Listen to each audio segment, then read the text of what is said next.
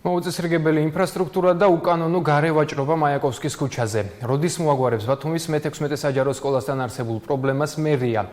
საკითხი დღეს ნაციონალური მოძრაობის ყურადღების ქვეშ მოექცა. მამუკა ქობულაძის პრეტენზიები და მერიის პასუხი ჩემმა კოლეგამ ნაზი ქობულაძე მოისმინა. საჯარო სკოლა, რომლის ღობეც გასაყიდად გამოტანილი ნივთების საკიდად გამოიყენება. ასეთი ვითარებაა მაიაკოვსკის ქუჩაზე მდებარე მე-16 სკოლასთან. გარემოვაჭრეებს ტროტუარის დიდი ნაწილიც მითვისებული აქვთ.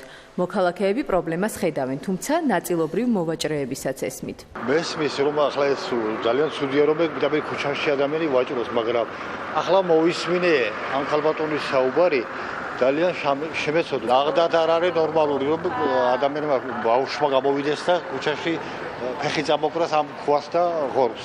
რომ არ უჭირდეს, ამათაც რო არ უჭირდეს და საჭმელის ფული არ აქვს, პურის ფული არ აქვს. ამიტომ არ არის ნამდვილად გამართლებული არ არის. მოვაჭრეები ადასტურებენ, რომ უკანონო გარევაჭრობის გამო მერიის წარმომადგენლებმა რამდენჯერმე გააფრთხილეს, თუმცა მათივე თქმით ეს მათი ერთადერთი შემოსავლის წყაროა, რის გამოც ადგილების დათმობა უჭირთ. თავის მხრივ ბათუმის მერი განმარტავს, რომ გარემოვაჭრეებს რამდენჯერმე ალტერნატიული ფართი შესთავაზეს, თუმცა მოვაჭრეებმა შეთავაზება არ მიიღეს. ჩვენ გვქონდა კერძო კომპანიასთან საუბარი, ეს კერძო კომპანია თავაზობს, იმასაც თუ გააშუქებთ, თავაზობს ლარად თვეში, კიდე ერთხელ ვიმეორებ, 100 ლარად კი არა, 1 ლარად თვეში ადგილის გამოყოფას ვაჭრობისათვის ეს იქნება მიმდებარე ტერიტორია, ისიც კომპანიამ საკუთარი ნება გამოხატა. კეთილმოწყობილი ტერიტორია იმის გოგოლის ქუჩას.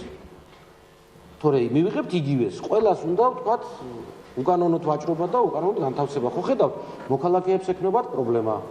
მარტო სკოლის წინედან შეიძლება, აქეთ შეიძლება ყველა. და ესეც ხო სკოლის ჭიშკარია ფაქტობრივად, სკოლის ღობეზე გაქვთ თქვენი გასაყიდდანსაცმელი გამოფენი. ღობესა და? თქვენს უკან. ისი ღობე იქით ესა ჩვენი ეზო ქუჩა. ანუ არავის არ გაუბრუნდეს. მე რომ გარეთ არ გამოვიდე, ქალბატონო, მშიერი ვიქნები.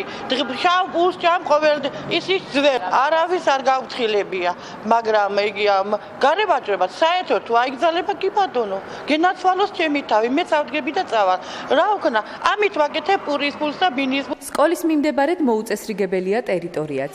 აქ წყალსადენი მილის დაზიანების გამო სკოლის ეზოში წყალი ჩაედინება. ბათუმის წყალში განმარტავენ, რომ აღნიშნული პრობლემის მოგვარებაზე მუშაობა დაწყებულია. დღის განმავლობაში შემოვიდა განცხადება წყალმომარაგების მილის დაზიანებასთან დაკავშირებით კოლ-ცენტრზე და ეს უკაცრავად მილის დაზიანებას აღმოსაფრთხილად ბათუმის წყლის მორიგე ბრიგადა მუშაობს და აღნიშნული პრობლემა უახლოეს საათებში აღმოიფხვრება. სკოლის მიმდებარედ არსებულ ინფრასტრუქტურულ პრობლემებზე მერიას სწრაფი რეაგირებისკენ მოუწოდეს ერთიან ნაციონალურ მოძრაობაში. ნაციონალური მოძრაობის პრეტენზიას მერის მრჩეველმა უპასუხა.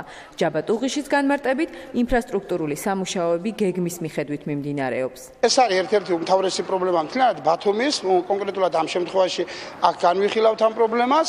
ეს არის მოუწესრიგებელი გზა და რას ვითხოვთ? ვითხოვთ იმას, რომ ქალაქის მთავრობა, ქალაქის მესვეურები ფეხ უნდა დადიოდნენ ქალაქში და ხედავდნენ პრობლემებს, რა პრობლემებიც არის. ისინი ძალიან კარგად არიან ინფორმირებული ამ პრობლემების შესახებ, მაგრამ გამომდინარე იქიდან რომ არავით არის საქმის კეთების სურვილი, მათ არ გააჩნიათ, თავისთავად პრობლემა რჩება მოუგვარებელი. რეაბილიტაციო პროექტის შესახებ შემიძლია მოგახსენოთ, რაც შეეხება აღნიშნულ მონაკვეთში, როგორც გითხარით, მიმდინარეობდა უკვე სარეაბილიტაციო სამუშაოების ნაწილი, მაგრამ წარმოიშვა პრობლემა, იმიტომ რომ არსებული ამორტიზებული ქსელი არის და შესაბამისად მოხდება ინჟინერების მიერ მოხდა გადაწყვეტილების მიღება და შესაბამისად გაგრძელდება მეთქი აპრილის თვეში და დასრულდება მიმდინარე წლის ზაფხული. ზემოთხსენებულ პრობლემებთან დაკავშირებით სკოლის დირექცია კომენტარს არ აკეთებს. როდის მოგვარდება გარევაჭრობის პრობლემა სკოლის მიმდებარედ და როდის გათავისუფლდება სკოლის ღობე მოვაჭრეთა ტანსაცმლისგან, კონკრეტული პასუხი ვერც მერიის შესაბამისი სამსახურებისგან მივიღეთ.